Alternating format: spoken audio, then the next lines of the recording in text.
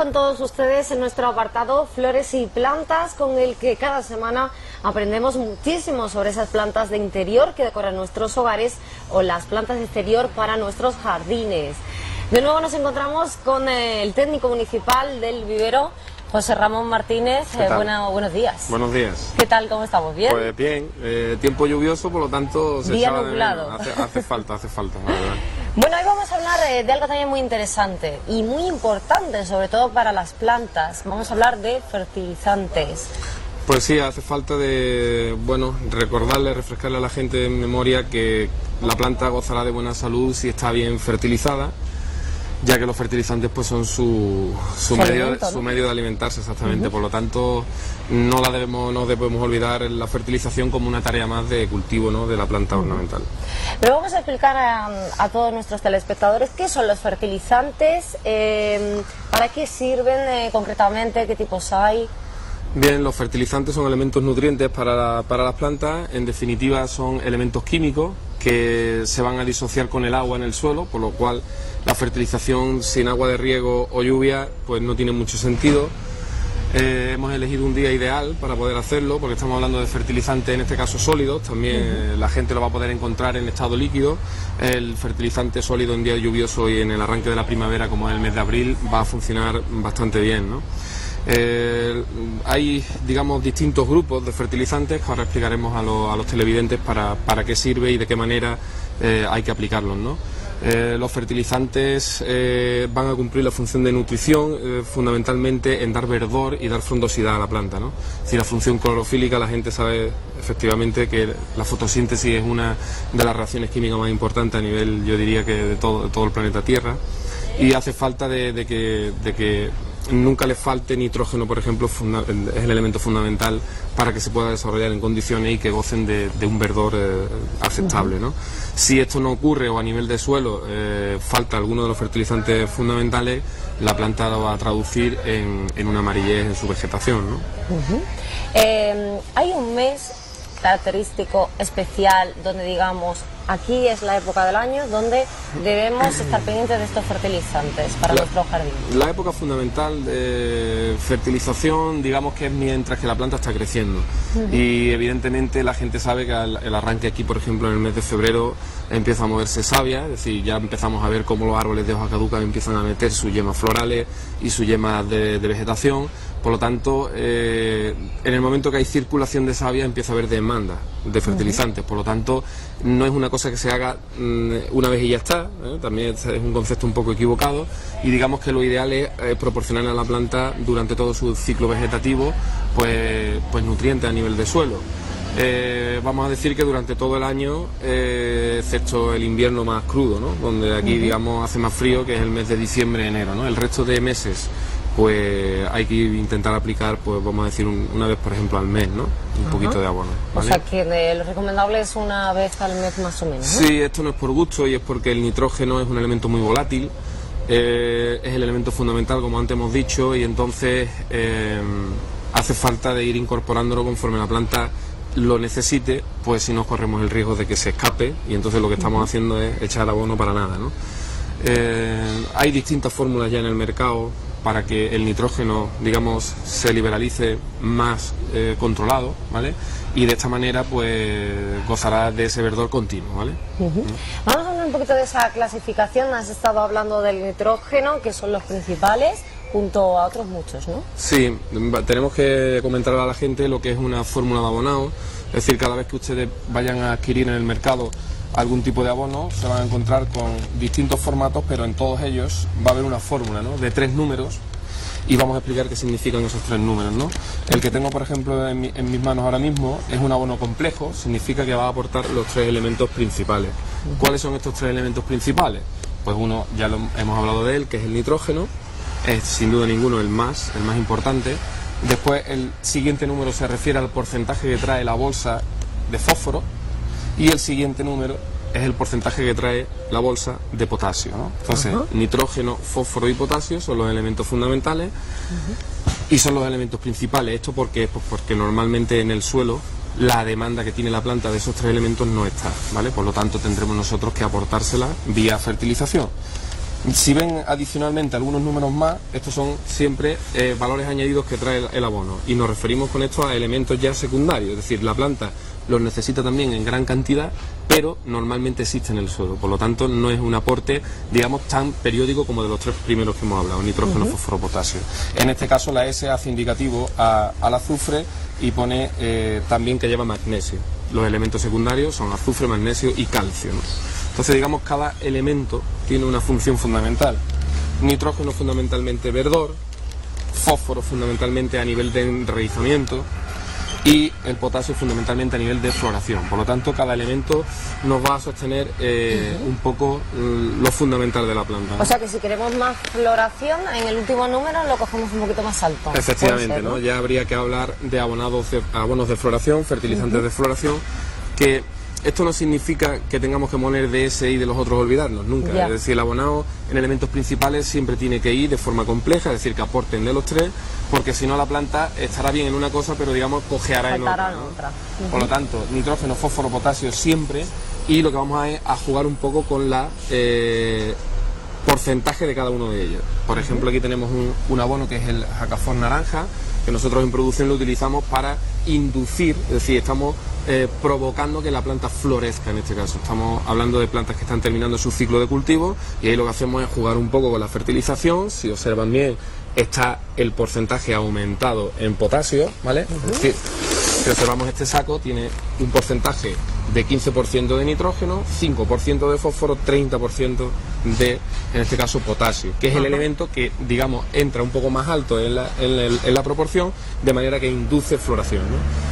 Esto a nivel práctico, porque bueno, en producción es prácticamente a diario. A nivel práctico, ¿cómo lo podemos traducir? Pues, por ejemplo, gente que tenga en un jardín macizos de flor, evidentemente yo les recomendaría que jugaran con este tipo de abono, ¿vale? Es decir, cada mes aplicarle un abono que tuviera un poco la proporción variada a favor del potasio. De esta manera los macizos de flores estarían mucho más continuados además en el tiempo, ¿no? Otra cosa distinta cuando estamos haciendo, por ejemplo, una plantación. Estamos a lo mejor arrancando un macizo de arbustos y vamos a colocarlos en otro sitio. Ese arranque necesita de un enraizamiento, ¿vale? Entonces ahí lo que haría es que esta proporción buscaría un abono que tuviera más alto el equilibrio, en este caso en fósforo. De esa manera estoy provocando, estoy diciéndole a la planta, entre comillas, enraiza, ¿vale? Te estoy poniendo los medios ideales para que enraice. Y durante el crecimiento vegetativo, evidentemente, nitrógeno, ¿no? Pero siempre de forma equilibrada y variando un poco ese porcentaje. Esto no vale, por ejemplo, aportar, hay bonos también en el mercado simples, es decir, solo aportan fósforo, solo aportan nitrógeno o solo aportan potasio, ¿no?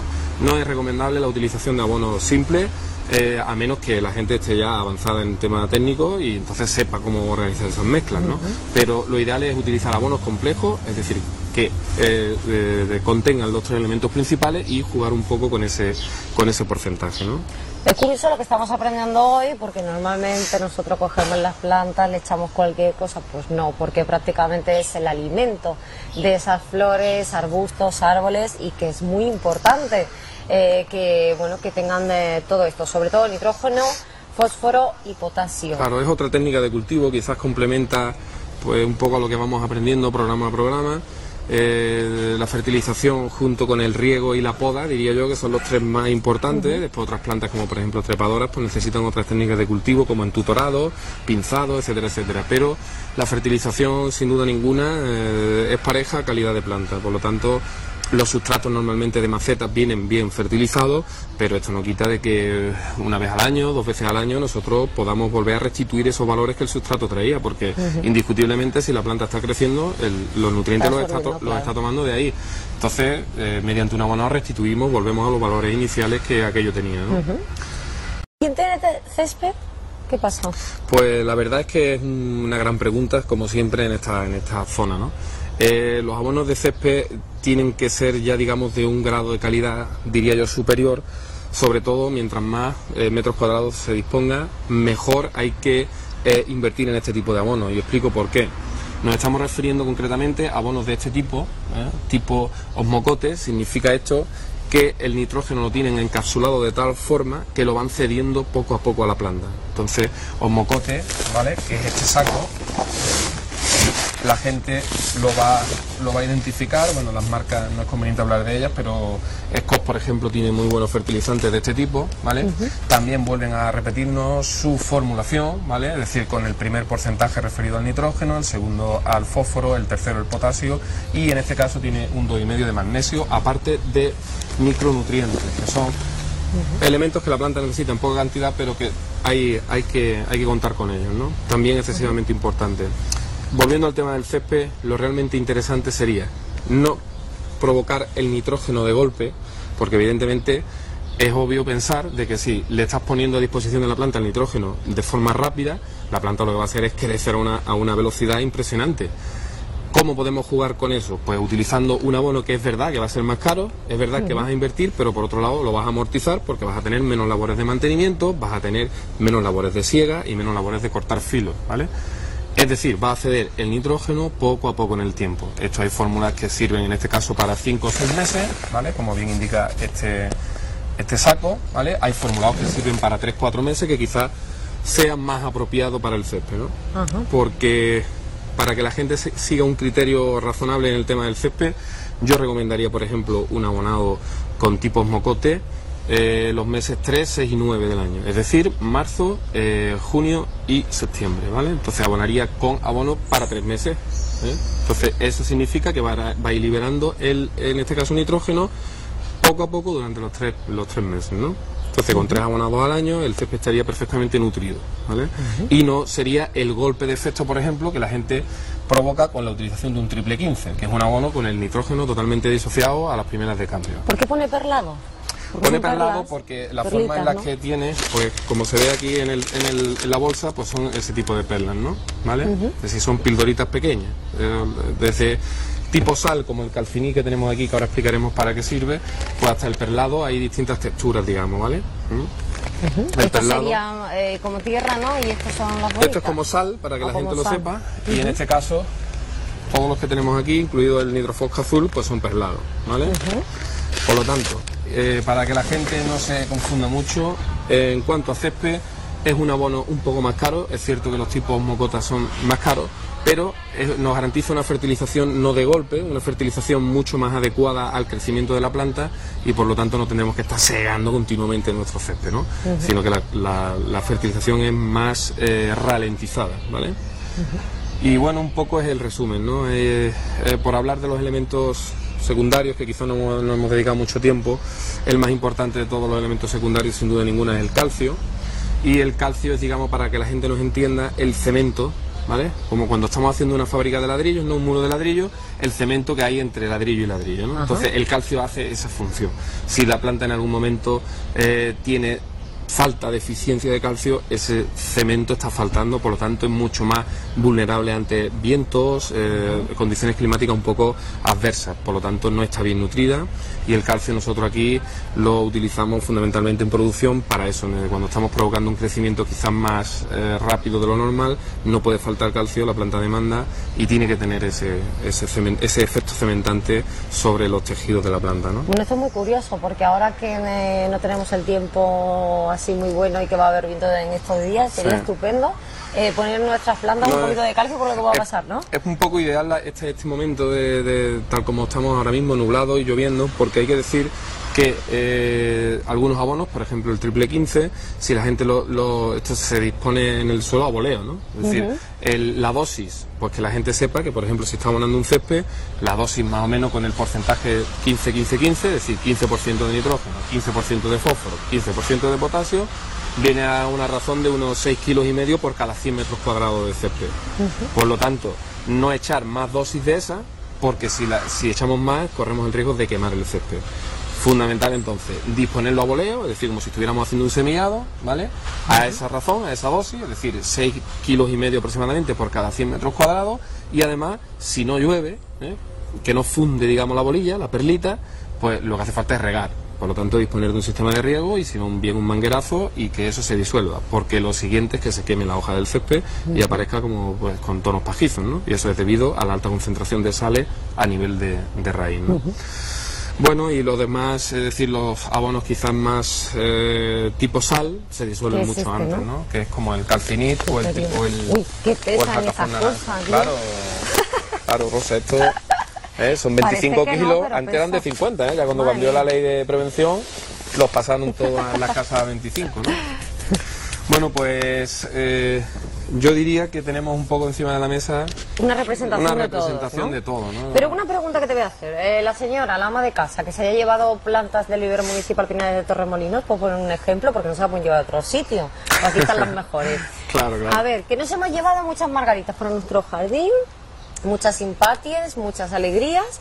¿Cuál sería el abono para ponerle a nuestro jardín este? Sí, yo creo que un formato que se usa mucho en el vivero es este porque es un formato de 1 kilo. Entonces, evidentemente, si no se goza de tener, o la suerte de tener un jardín grande... Que ya nos gustaría alguno, claro, tener un por eso te césped digo, enorme. añoramos esos algunos, ¿no? Pues utilizaríamos este que viene en formato de kilo y es muy ideal porque es complejo, tal como hemos dicho antes, y además bastante equilibrado. Un poco veis la proporción que va aumentada en nitrógeno, esto es porque normalmente la gente lo utiliza para plantas de interior y entonces en el interior lo normal es que no haya mucha flor, sino que haya mucha vegetación y eso requiere más nitrógeno. Pero ¿no? bueno, esto también para las margaritas...